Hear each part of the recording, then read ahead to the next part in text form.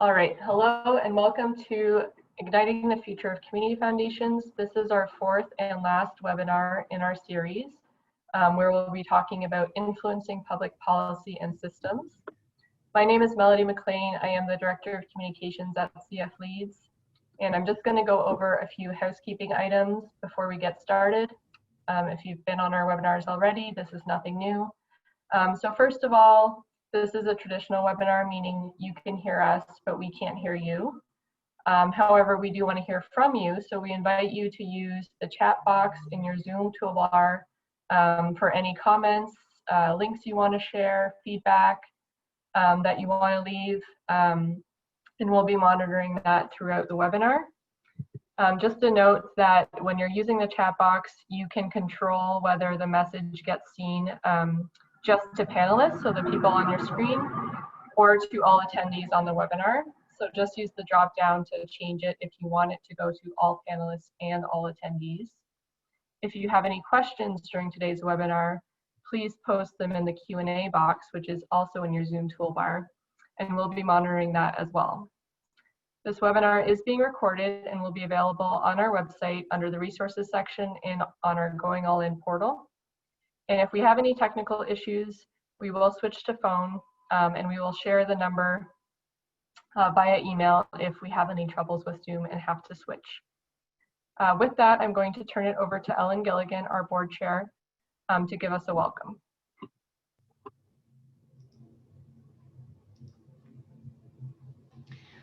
Well, good afternoon and welcome to our fourth session of our webinars presented by CF Leads. I'm Ellen Gilligan, chair of the board of CF Leads, and I want to appreciate so much that so many of you have been able to carve out time for these webinars. This is the fourth in a series, and I will say that we have saved the best for last in many ways. There have been more than 1,000 people who have registered for these webinar series, and we're so pleased that they've struck a chord in the field. As I mentioned at the outset of this series, these have been very turbulent times for all of us on so many fronts, from the devastating pandemic and its dire economic consequences to the national reckoning on race, to now the fires and hurricanes in the South. And community foundations have stepped up in so many ways and are deeply involved in addressing all of these issues. Of course, we don't claim that community foundations or community philanthropy can solve all of these problems alone. In fact, this session really focuses on the need to focus on public policy. But my colleagues and I are so excited to be here to share the findings of the new research showing that community foundations are playing their part and are poised to do more. Next slide, please. As many of you know, CF Leads is a national network of community foundations working together to build strong communities. Each year, CF Leads works with hundreds of CEOs, board members, and senior staff, striving to strengthen their foundation's community leadership muscle, who are eager to go from being good grant makers to becoming powerful local change makers.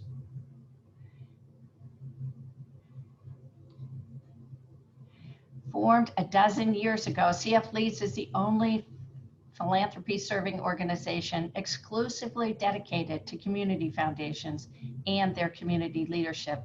We build organizational capacity, share knowledge, and galvanize the sector around key issues of our time. Last year, Deborah Elwood, president of and CEO of CF Leads, took stock of her 10 years at the helm of the organization and shared her observations and promised to get a better sense of where the community foundation field is and where it is headed. This project is the result of that commitment. Next slide, please. And as I've shared in earlier webinars, I was pleased to chair a group of 15 community foundation presidents from across the country who advised this project. And I'm thrilled that 4 of my colleagues who served on that committee Paul Grogan, President and CEO of the Boston Foundation, Dick Ober, President and CEO of the New Hampshire Charitable Foundation, Steve Selesnow, President and CEO of the Arizona Community Foundation, and Ashley Swearigan, President and CEO of the Central Valley Community Foundation in California, are able to join us today as we explore the ways in which community foundations are influencing public policy and systems. I'd now like to turn the program over to Deborah, who along with Jim Rooney, our project director, has led this project to share the areas of momentum that we have identified and which we believe provide the pathways for our collective success. Deborah?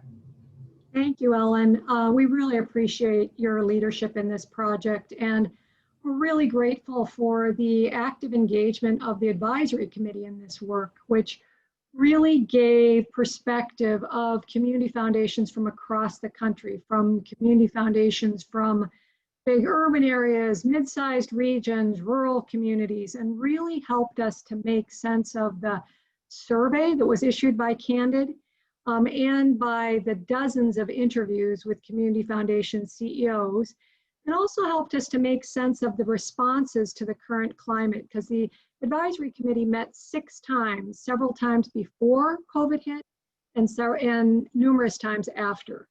So as Ellen noted, we shared our overall findings from this year-long endeavor in a webinar a few weeks ago. That webinar was recorded and you can access it on our website in the overview page. Excuse me. As we highlighted in our first few webinars, the most significant finding from our survey is that an eye-popping 98% of respondents plan to increase their community leadership activity in the next few years. So this was completed by over 150 people, and it was community foundations of all sizes from all parts of the country, showing that they are eager to take on and deepen their roles beyond grant making to be more effective partners in building these equitable, inclusive, and widely prosperous communities that we all strive to create.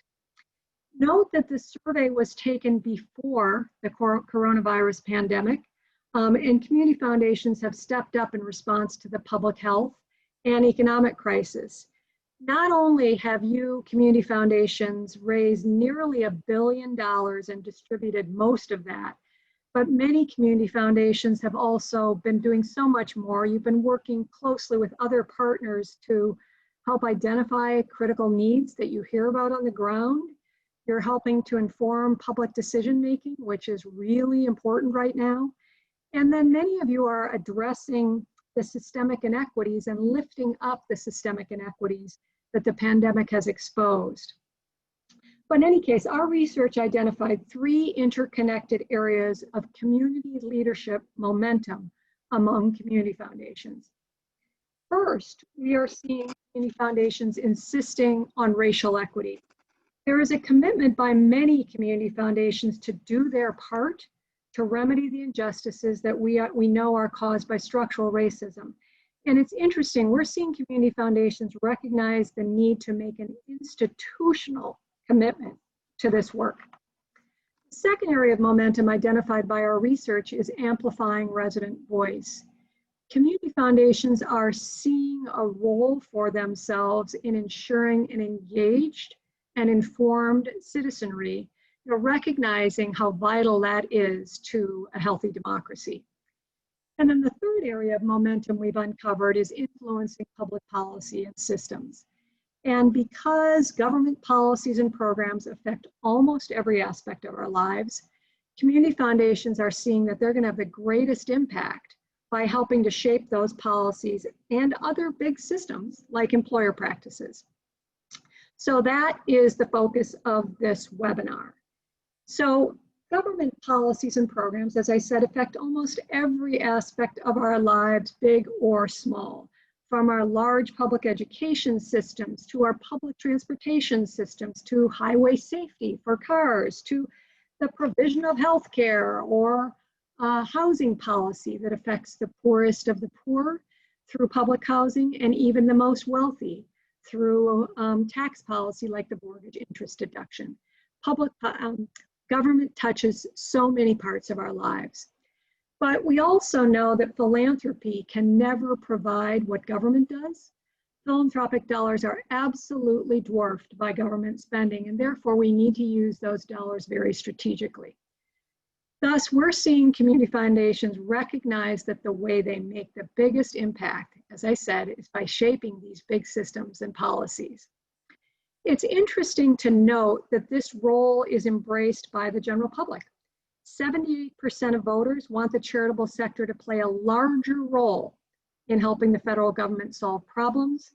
And this also appears to have the support of donors. Recent research from the Center for Effective Philanthropy found that 30% of community foundation leaders said that they actually gained more donors than they lost as a result of their policy work, while 70% said that they neither gained nor lost a substantial number of donors.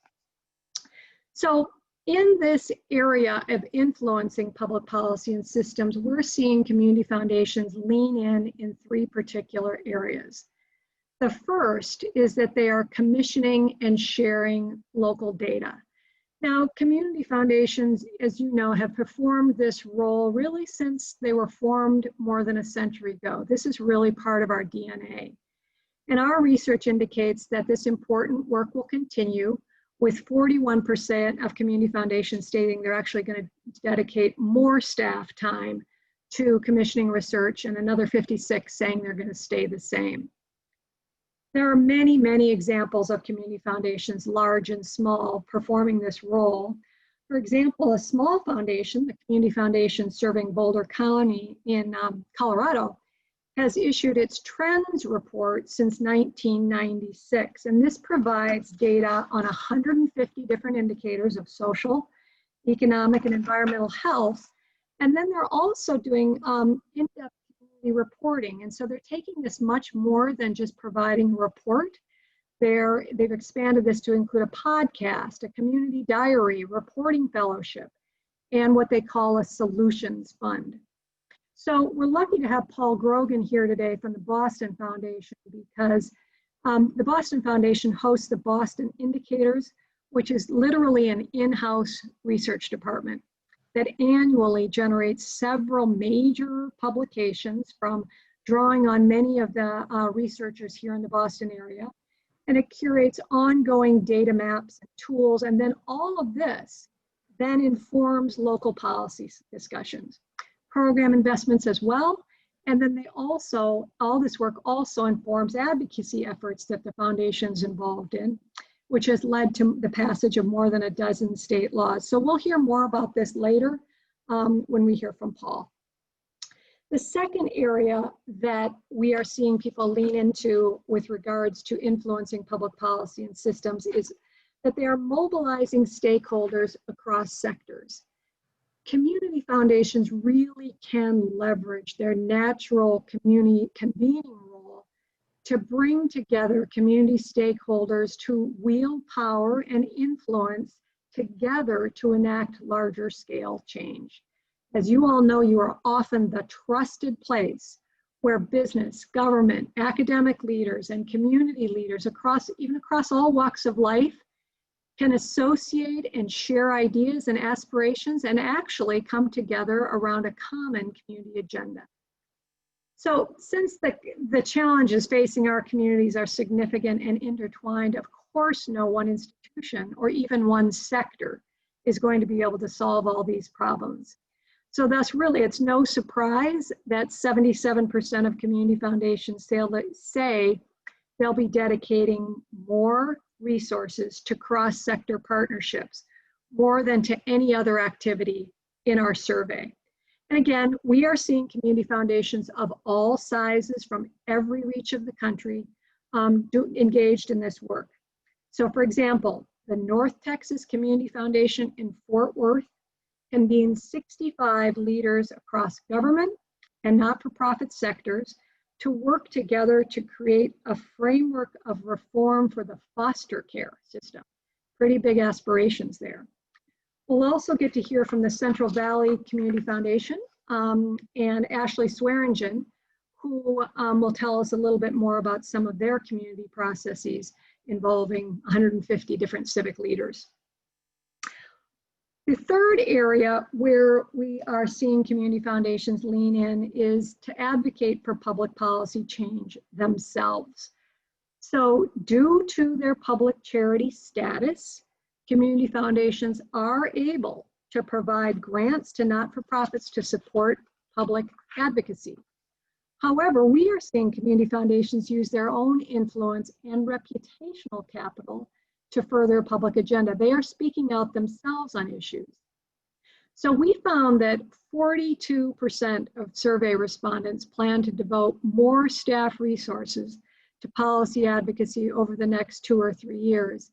And I think those of us who've been in this field for 10, 20 years, I think this was another really eye-popping number.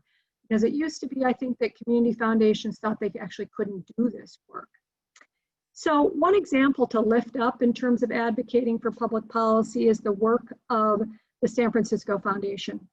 The San Francisco Foundation recently worked across sectors to support the passage of 11 different statewide bills that prevent homelessness, protect renters, preserve existing affordable housing, and actually produce a significant number of new affordable homes in the region. Dick Ober, who's also here with us today from the New Hampshire Charitable Foundation, will tell us a little bit about how they're participating in a statewide comprehensive public-private initiative to tackle addiction. They invest in public policy and advocacy, including the work of something called New Futures to reduce and prevent alcohol and drug use. And so Dick will tell us a little bit more about the evolution of that work. So what I'd like to do now, very briefly, is show you a little bit about how our web portal works and just give you a brief drive-through with you for just a bit.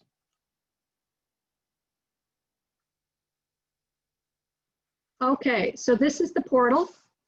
You will see this is the landing page for influencing public policy and systems. But you can see there's an overview. Each one of the areas I referred to has its own sort of page and information. Every single area includes information on why the issue matters. It includes information on what we're finding. So key pieces of data from the field-wide survey, as well as dozens and dozens of examples of community foundations leaning into this work. So you can see all that here and highlights those examples. And then it also gives information on what you can do. So it gives key resources, other philanthropic serving organizations and others who may be working in this area. And then we also offer you questions that you might consider along your journey. What you might ask yourself if you're just getting started, if you're further along the path, or if you're breaking barriers. But we also want to hear from you because we really need to know the kind of experiences, learning opportunities that are really helpful to you. So we really urge you to take this survey that's embedded in the portal and really help us understand what kind of learning opportunities you need that would help you further your own journey in this way. So now I'd like to turn to our speakers, which are 4 project advisory committee members. And we're going to have a little bit of a conversation about their work. First, I'll introduce, and then what we're going to do is have a conversation. I'm going to ask some questions. They won't be doing individual presentations. We'll just have a bit of a conversation. And note that our project director, Jim Rooney, and our director of communications, Melody McLean, are monitoring the chat. So feel free to use the chat to communicate with each other, to communicate with the speakers. Feel free to use the chat vigorously. So first, some short introductions. So Paul Grogan has been the president and CEO of the Boston Foundation since 2001. And in January, he announced his intention to step down upon the naming of the successor.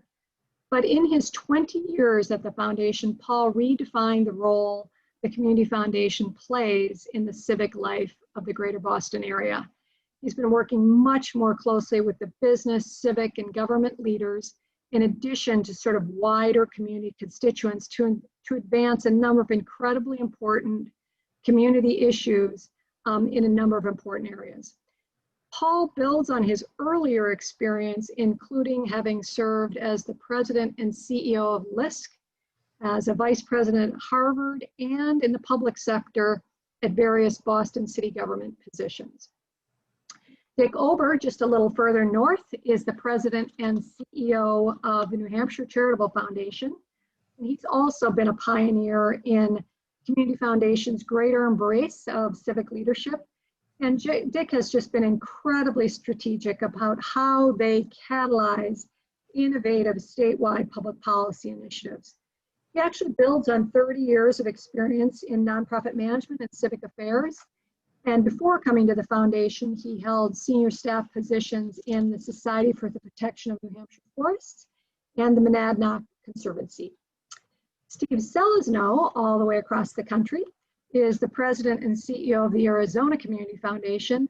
And Steve has likewise led his foundation in the advocacy arena, creating and promulgating new criteria for the foundation's work on specific public policy issues, using a whole range of unusual tools for them to make progress on specific issues. And prior to leading the foundation, Steve served for nearly 5 years as a program director at the Bill and Melinda Gates Foundation, and previously served as partner and chief investment officer at Venture Philanthropy Partners in Washington, D.C. And then finally, Ashley Swearingen, up the coast a bit in California, is the president and CEO of the Central Valley Community Foundation in Fresno. And prior to joining the foundation, she served as mayor of the city of Fresno from 2009 through 2016.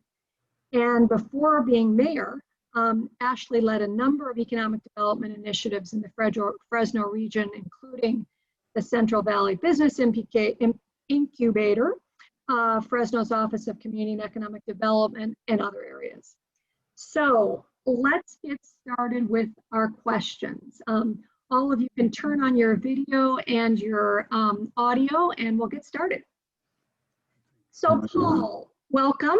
Welcome, neighbor. Thank you, Deborah. Let's talk a little bit about why community foundations are well positioned to do this work. You've done this from the minute you walked in the door, really, and under your leadership, the Boston Foundation has really been a trailblazer in public policy advocacy, essentially creating a new think tank and essentially crafting it onto the side of the foundation as a natural extension of its grant making. But tell us more about the unique latitude that community foundations have in engaging in public policy.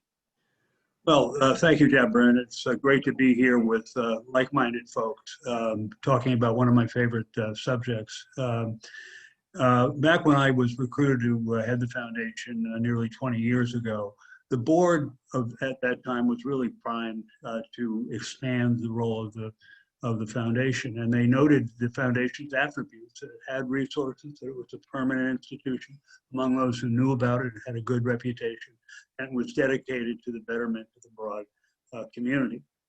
But our board really saw the rather narrow traditional activities of the foundation as far short of what it could accomplish.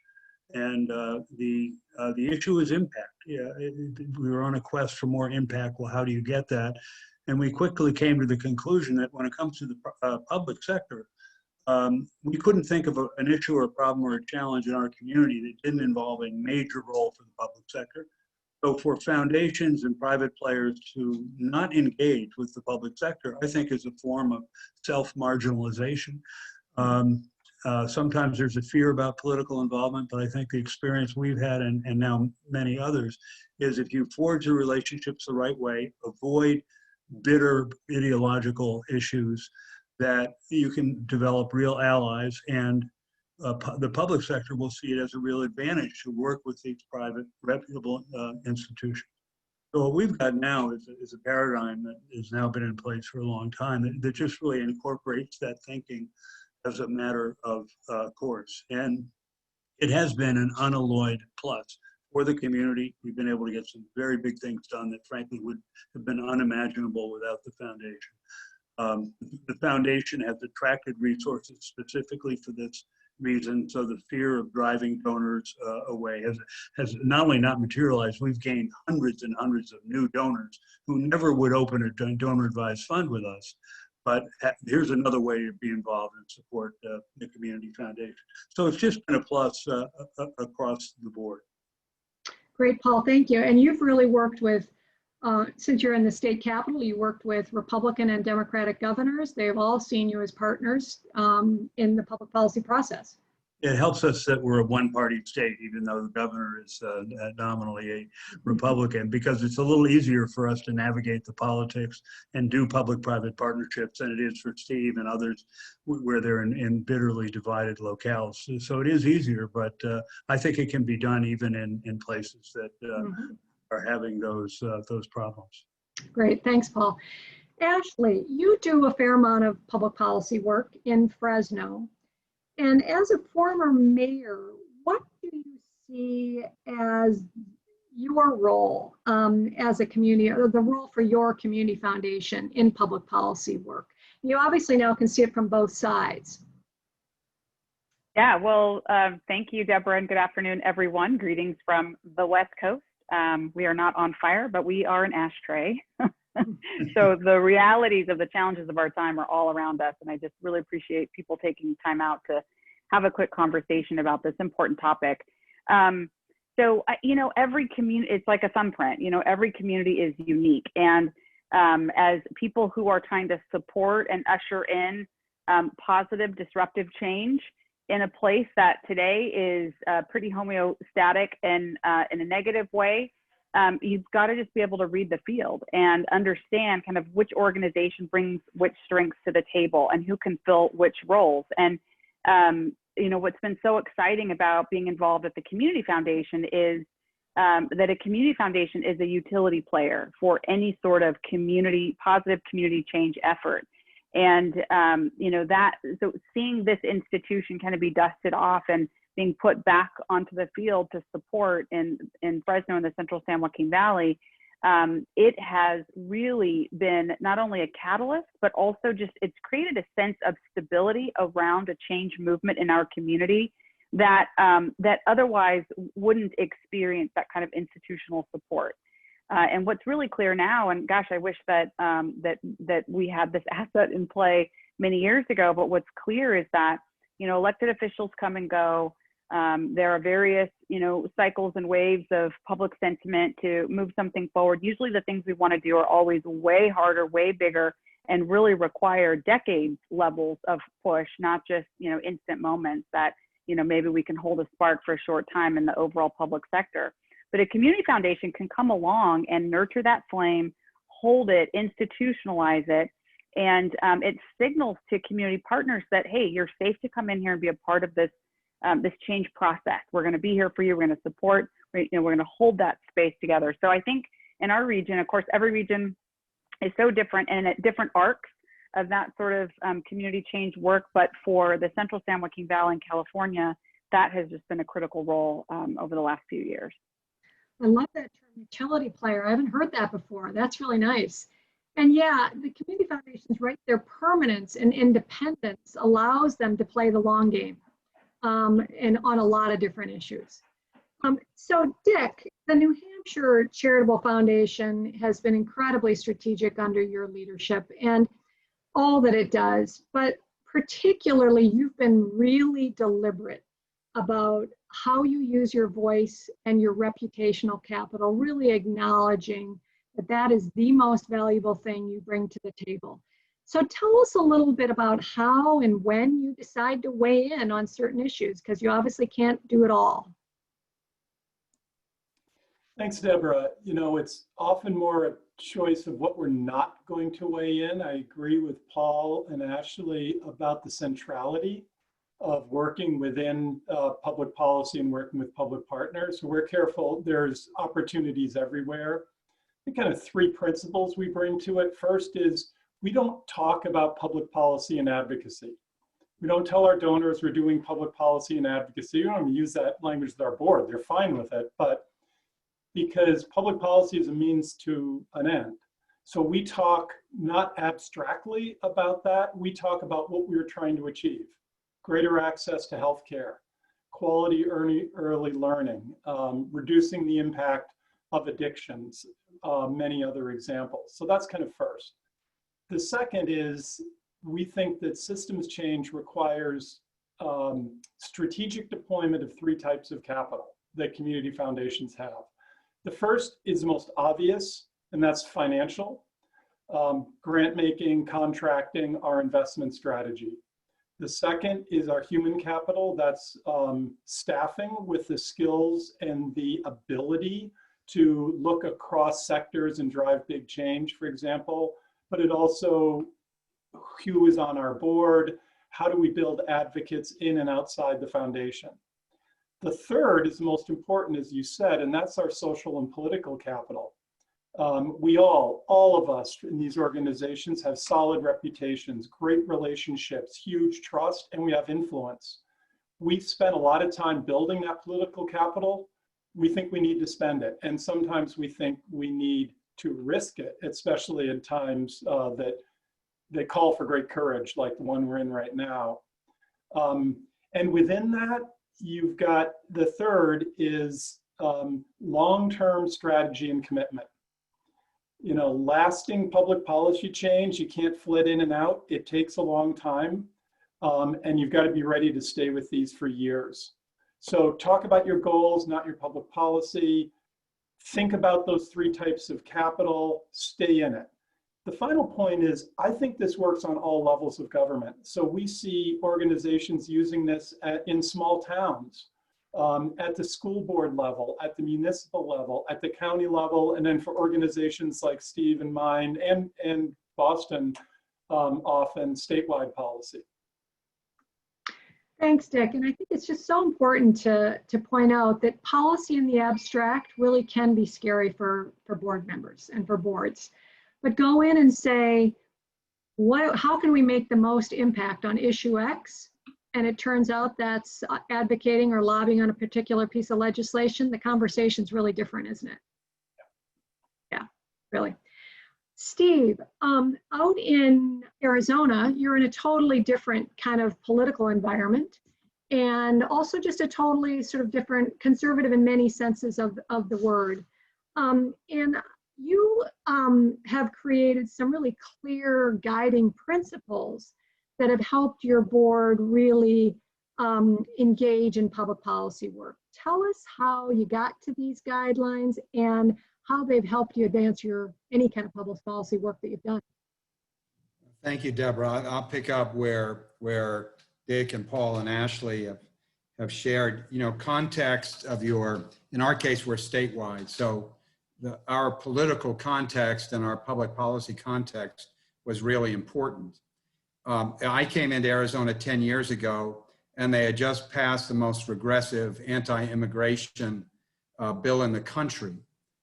Some of you may recall our infamous sheriff, who actually in our state has now been disgraced and no longer in office. And that was the environment. And if I spoke about poverty or education or income inequality or the lack of health care or lack of investment in healthcare or the arts or the environment, you would be immediately partisanized. So the question for us was not that we shouldn't be in public policy, but how do we engage in such an environment? Now, as of November 3rd, everything I might say may well change because the political context is changing. So we had to figure out, how do we thread this needle? And with a donor base that reflected that political context and a highly sensitive donor base on those very issues, even though our donors were giving to education and giving to healthcare and giving to affordable housing, they were very sensitive about these issues. And the ethos at the time was the community foundation should have nothing to do with public policy. Mm-hmm. Well, the truth of the matter was, when we talked to donors, they said to us, we want to see you leading in the community, and we want to see you speaking to some of these issues that affect our community. So how do you do that without alienating your donor base? And how do you do that in this highly politicized and antagonistic context? And we felt there were several things we needed to do. We needed to build a public policy agenda that was aligned with our philanthropic agenda. And our philanthropic agenda, to do that, had to be aligned with the history of grant making that our donors made. And when we looked at all the grants over our 42-year history, our donor grants fell into 5 particular areas: quality education, healthcare innovation, community improvement development, housing, homelessness, human services, arts and culture, environment, and sustainability. Well, if you think about that, those are 5 elements of a quality community. But that's what our donors gave to. And so we said, well, they have told us our philanthropic agenda, and we reflected that back to them. And then to get into public policy, we had to align anything we did on public policy and advocacy against that philanthropic agenda. So we weren't going to advocate on issues that didn't align with those 5 critical areas that were based on donor giving itself. So we felt, if you will, safe building it around the choices that they made. And we thought that gave us plenty of room to advocate for things that we knew our donors would care about. But we needed guide rails because of the sensitivity and because of the highly charged nature of these issues in our state. So the first thing we did was build a set of guiding principles and what we call a public policy framework that established for us where we could work, how we would work, and the process for doing it. But those principles, while important and tied to our philanthropic agenda, was not enough. We needed our board to have a governance role with respect to public policy, not just to protect the staff and certainly protect me from being outraged by things I would see and speaking to them, but to ensure that the board was engaged in the very issues and engaging them in the issues. So whatever position we took, the board was taking with us. So the alignment had to go through all 3. So we did not have a public policy committee when we started. We do now. It's robust. It represents a wide variety of views, and it has enabled us, along with the framework and the agenda, to actually engage now in ways we couldn't have done 10 years ago. Thank you. That's really helpful. And I think I'll circle back in a minute about how you kind of have conversations about policy in this very politicized environment. But Paul, if you are there, I'd love to ask you a question about the value of leading with data and how that helps to further a public policy agenda. And if you got dropped off, that's okay. I can move on to another question. Are you there, Paul? Deborah, can you hear me? Sure can. Yep, you're Okay. there. So the value of leading with data, Paul. Well, it's been important in numerous ways, but one of the things that we were concerned about is that this very public expansion of the Boston Foundation that we were planning, we thought might not be applauded by everyone. And we wanted to build support for it from the beginning, as opposed to just sort of abruptly changing what we were doing in the community. And research was the answer. That's where we started. We're going to put high quality information in front of people. We're going to turn the foundation physically into a space that people will want to come to. And that's going to be a big part of what we do. And who can be against understanding your community better, or seeing the data? So it was a relatively unthreatening way for us to get started and to begin to win some legitimacy along the way. We also, thank heavens, the journalism and the research studies we put out were of very high quality. And obviously we've got this incredible academic community in Boston. And so that in turn won us credibility with the press. Because another change that we made was to go from a foundation that shunned publicity and didn't want any attention to one that really wanted a lot of attention and influence and so forth. And so that getting visibility, getting editorials in the paper, getting favorable commentary, praise for the reports we were doing, kind of paved the way for the much broader role we were then able to play without arousing problems of illegitimacy or excessive envy or anything like that. We've had some ups and downs with some elected officials, but nothing fatal.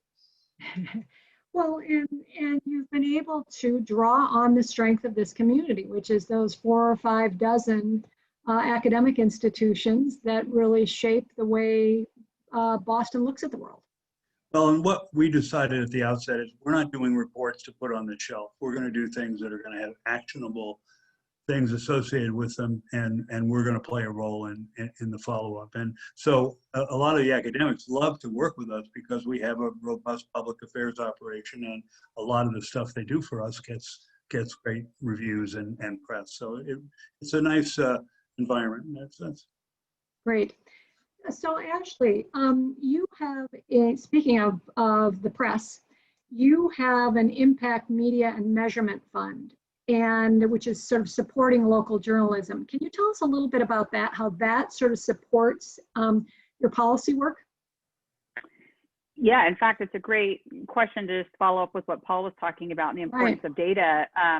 So as we're seeing philanthropy move more and more into a positive posture and supporting independent fact-based journalism, I think the Community Foundation in Fresno, our approach was a little different. Our board is very much set on specifics and measurement and data. They are pretty agnostic on which tools of community change our community leaders want to pick up. They're like, hey, as long as it works, we're with you. But you got to prove that it works. And so we have to have good data in place in order to like, you know, that's kind of our I don't know, thing we sprinkle on top of everything. It's how are we measuring this and that sort of thing. And so as we have taken on more of a community leadership role and transitioned into community transformation, that's kind of the shorthand language for our mission at CVCF, is transformation of our community.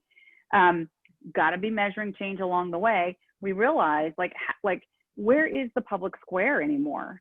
You know, with the devolution and the eroding of newsrooms and newspapers specifically, like how do you begin to create groundswell and public appetite for the significant policy investment, you know, just the direction change that needs to happen?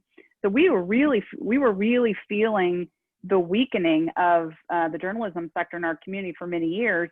And so that coupled with, and we need robust, honest, data-based metrics that we together as a community share and like jointly own. And if you don't have local journalism, then how in the world are you going to be able to pull that off? And so our foundation came at it like, hey, we got to measure stuff. We have to be able to report out and be honest and truthful and have integrity around where are we as a community. We celebrate our wins and we tell the truth about our shortcomings and we keep moving forward. We need journalism to help with that. And oh, and by the way, democracy and all that, so that matters too. So that kind of became the frame for our impact media and measurement fund. We launched it just a short time ago. Gosh, it's been just over a year. We've seen already a little over $1 million. In fact, just this week, we're really excited to be one of the 4 communities in the U.S. that Microsoft is supporting.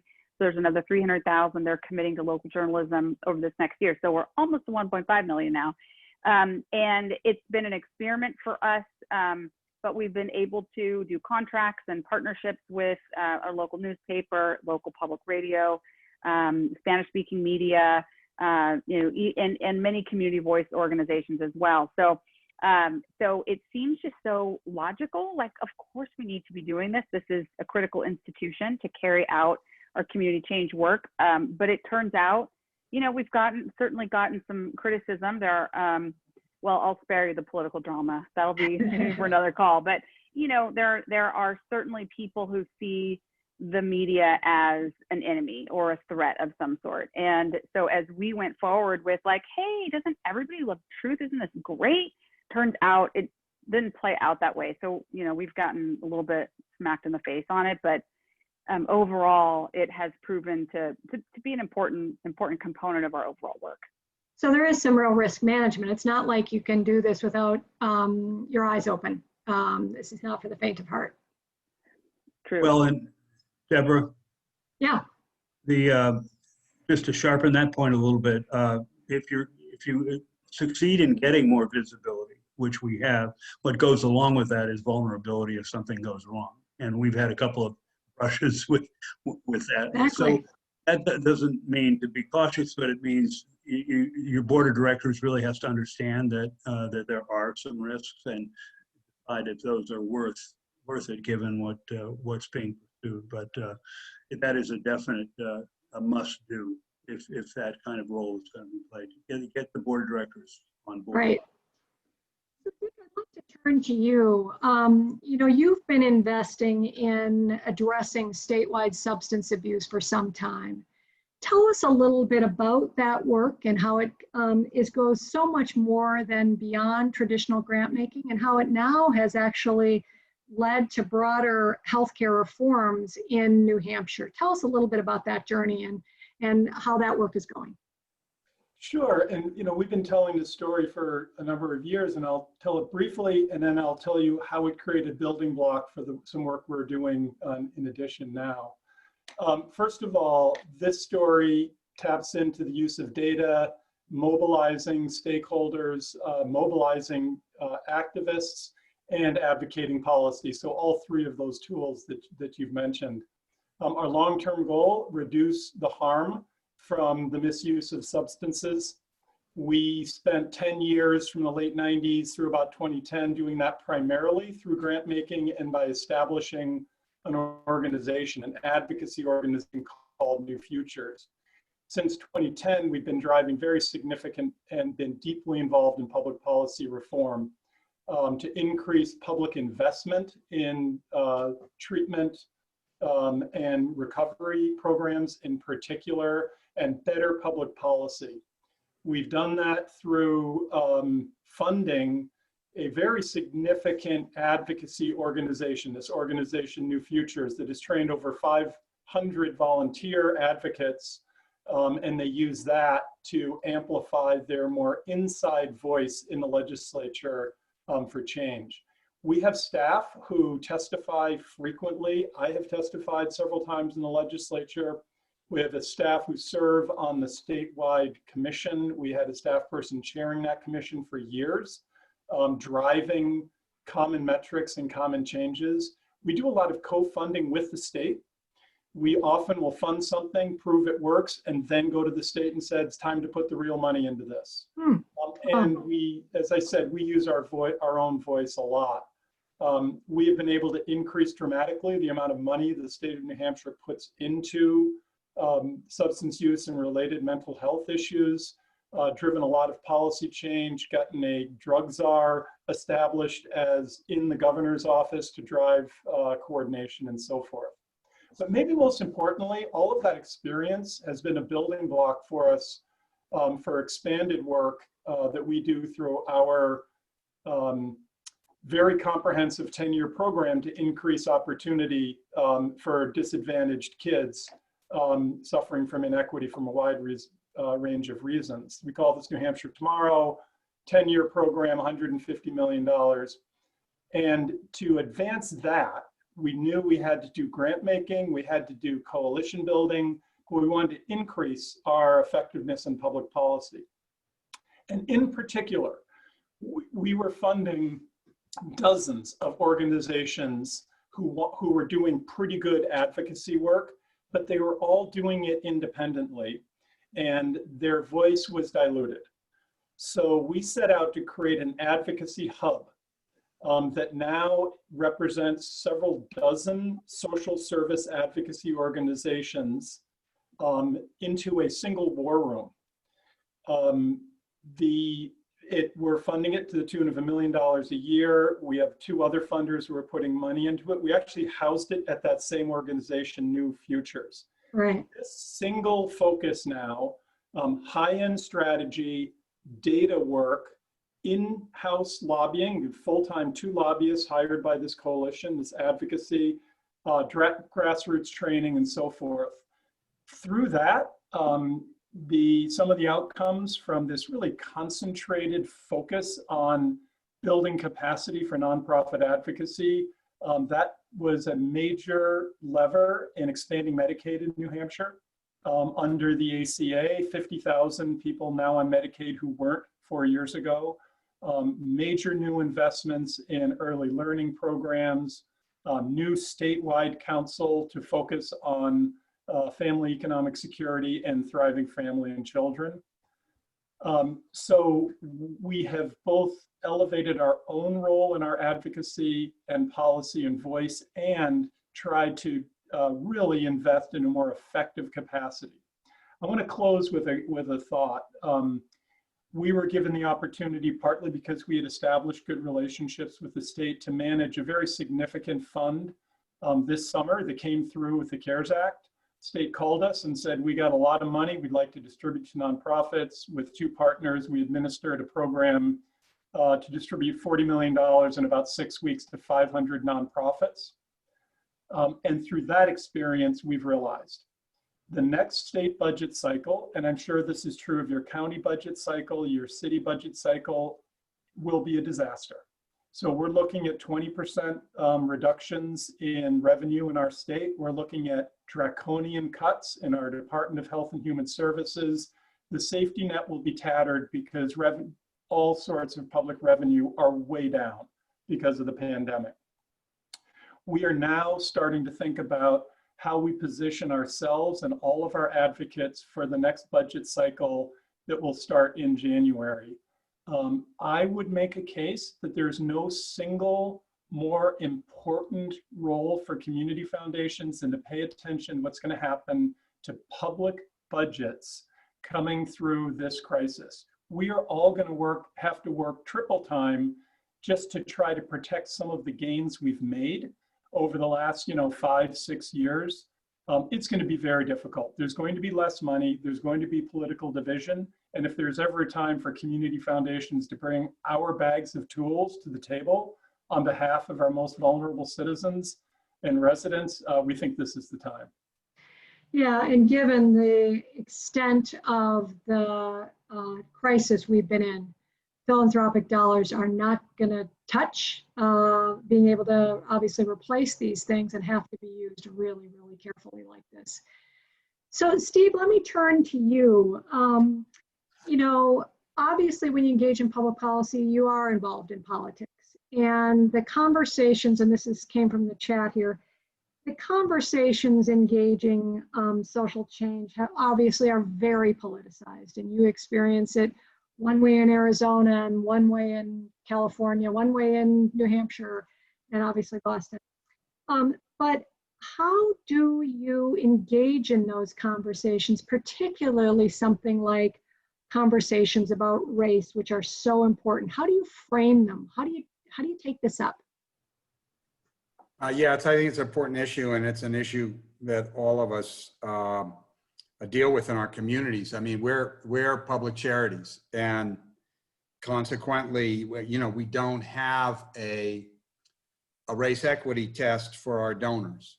And I'm less concerned about what political leaders think about the positions we take, because they're disciplined positions based on data, than I am in how do I deal with this diversity of point of view.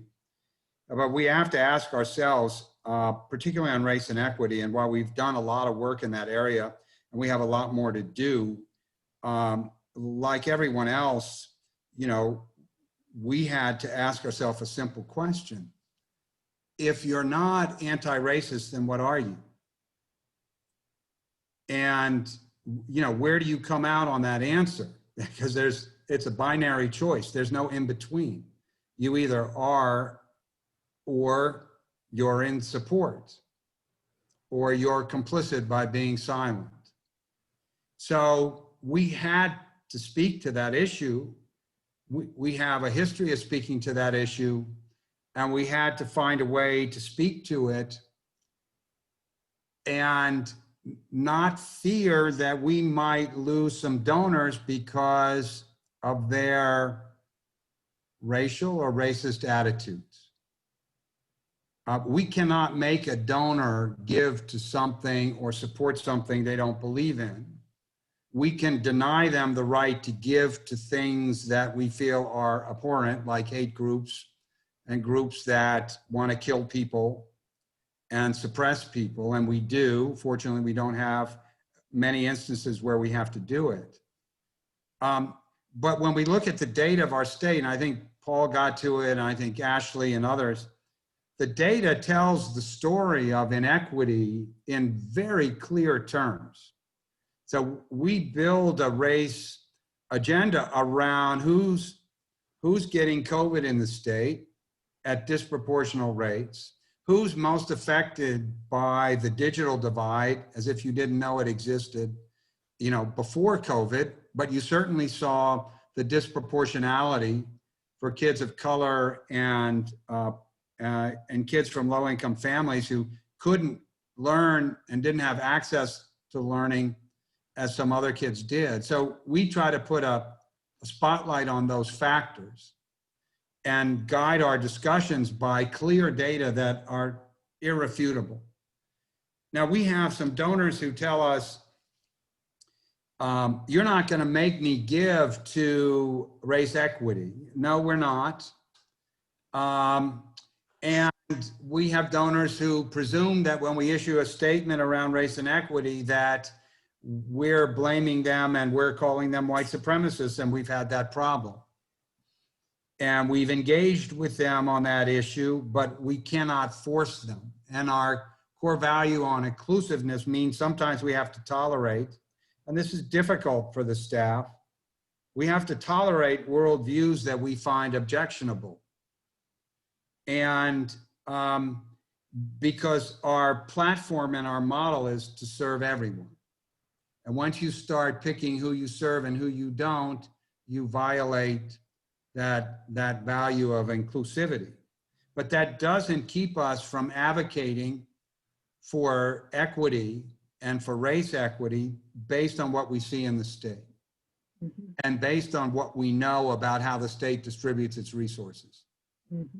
And we make that point, and we carry that point through what we do is what I call a constellation of grants. I mean, you can get more lift out of an advocacy grant that costs you far less dollars than a program grant to get change. Yeah. They're actually very expensive ways to move an agenda. I, like Ashley, believe that I can get more lift from grants in investigative journalism than I can get from white papers, because our legislature doesn't spend time and is not influenced by research, but they are influenced by what they read in the newspaper. And so we look at, on an issue we care about, we can signal by what we make grants to, large and small. And we don't have to, I mean, Dick's got a great endowment on drugs and addiction. I don't, I couldn't do what Dick does. So as all of us, what are the resources we have and how do we leverage them? So our theory is build a constellation, some program grants, some research grants, some journalism grants, and several advocacy grants. So you build a whole constellation around an issue and you come at it through multiple ways, and you leverage whatever available dollars you have to move that agenda through that series of things that you do. Great. At the end of the day, we just have to be true to what's best for the community. And we know that race equity is best for our community, and it's in our mission statement and it's in our values, and we just have to live them. Yeah, great, thank you. That was very, very helpful. Ashley, in a minute, can you respond to that? You're in a different kind of community, but can you give us a reaction? Really just to underscore everything that Steve just said, and to tie back to data. So in 2018, the Urban Institute published a list of the nation's largest cities, 100,000 and greater, and they looked at economic and racial inclusion over 40 years.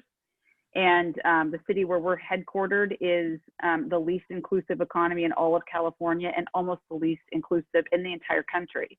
And so it's just like, my goodness gracious, like if that doesn't shine a floodlight on the systemic racism that that has existed in our region for generations, I don't know what will. I mean, like what other signal do you need?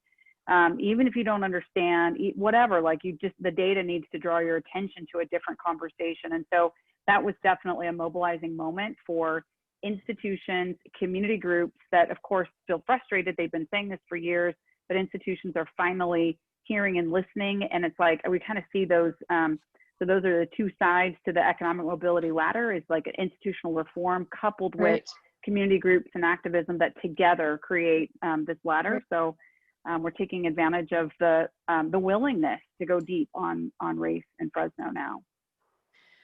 Well, thank you for this conversation. We could go on for hours, and luckily a number of the examples here are highlighted on our website.